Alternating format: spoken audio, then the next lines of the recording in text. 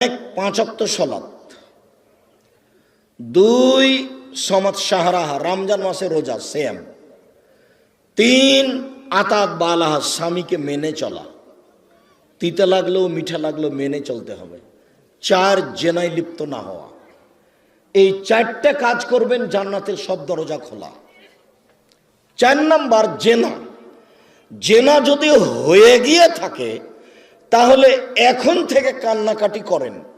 যদি আপনি খালেস অন্তরে কান্নাকাটি করতে পারেন দিন রাত, তাহলে আল্লাহ জেনার পাপটাকে নেকি দিয়ে পূর্ণ করে দিবেন। আর আল্লাহ ওয়াদা করেছেন আপনার সাথে, অনাহা নাফসা আনিল হাওয়া ফাইনাল জান্নাতা হিয়াল মাওয়া।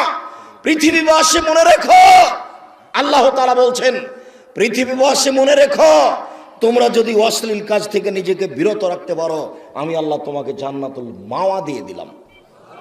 ওটা তো আল্লাহর ওয়াদা।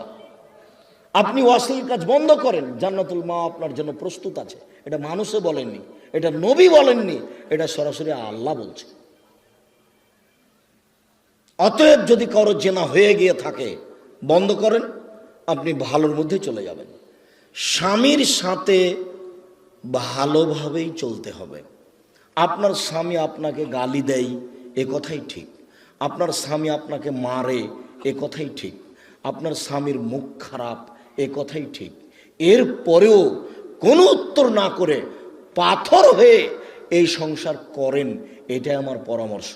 আমি আপনার দিনী ভাই হিসেবে আপনাকে আমি পরামর্শ দিচ্ছি, যেহেতু 2-1টা ছেলে মেয়ে হয়ে গেছে, আপনি এই সংসার করেন, ওর সাথে কথা বলেন।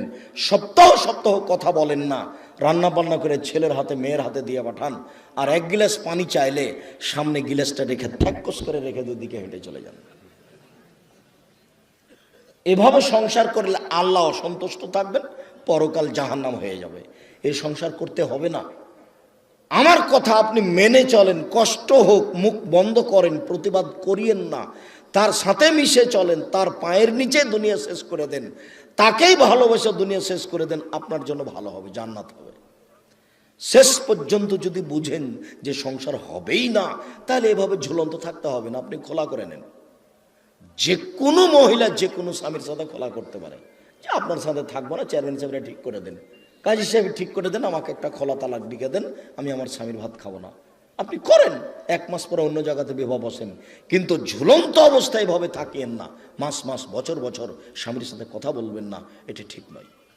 কষ্ট করে, গালি সহ্য করে, মায়ের সহ্য করে আপনি চুপচাপ থেকে সংসার মেনে নেন।